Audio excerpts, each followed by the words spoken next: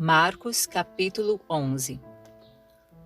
Quando se aproximavam de Jerusalém, Betfagé e Betânia, junto ao Monte das Oliveiras, Jesus enviou 2 de seus discípulos e disse-lhes: Ide ao povoado que está diante de vós, e logo que ali entrardes, encontrareis um jumentinho amarrado, em que ainda ninguém montou.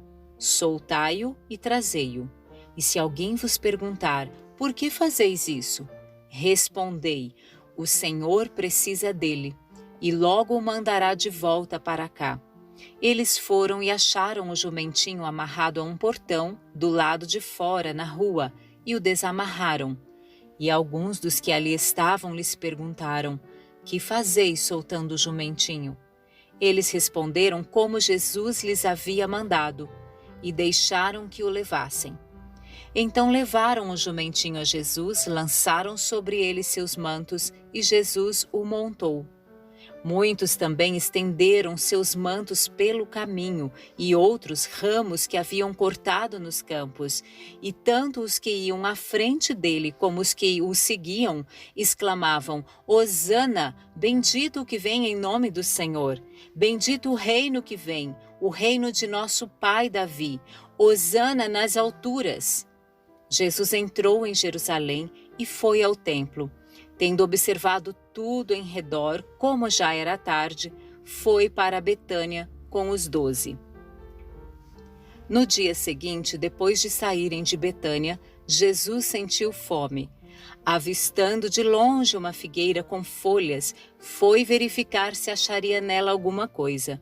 Aproximando-se, nada achou senão folhas, pois não era época de figos. Então Jesus disse à figueira: ninguém jamais coma do teu fruto. E seus discípulos ouviram isso. Quando chegaram a Jerusalém, Jesus entrou no templo e começou a expulsar os que ali vendiam e compravam. Ele revirou as mesas dos cambistas e as cadeiras dos que vendiam pombas e não consentia que atravessassem o templo carregando algum utensílio. Ele os ensinava dizendo: não está escrito: a minha casa será chamada casa de oração para todas as nações? Mas vós a transformastes num antro de assaltantes. Quando os principais sacerdotes e os escribas ouviram isso, começaram a procurar um modo de matá-lo, pois o temiam, porque toda a multidão se maravilhava com o seu ensino. Ao cair da tarde, eles saíram da cidade. Quando passavam na manhã seguinte, viram que a figueira havia secado desde as raízes. Então Pedro, lembrando-se, disse-lhe: Mestre, olha, a figueira que amaldiçoaste secou. Jesus lhes respondeu: Tende fé em Deus. Em verdade vos digo que se alguém disser a este monte: ergue-te e lança-te no mar, e não duvidar no coração, mas crer que se fará o que diz, assim lhe será feito. Por isso vos digo que tudo o que pedirdes em oração, crede que já o recebestes, e o tereis. Quando estiverdes orando, se tendes alguma coisa contra alguém, perdoai, para que também o vosso Pai que está no céu vos perdoe as vossas ofensas.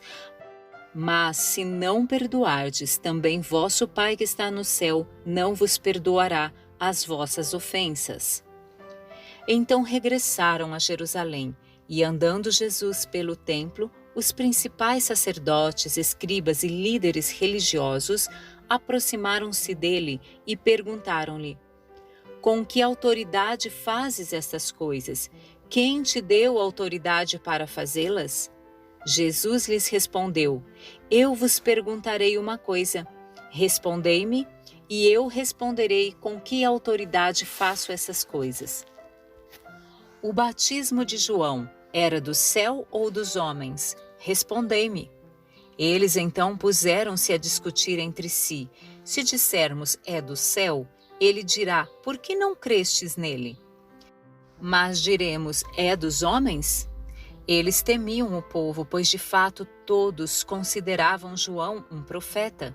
Então responderam a Jesus: não sabemos. E ele lhes disse: nem eu vos digo com que autoridade faço essas coisas. Amém.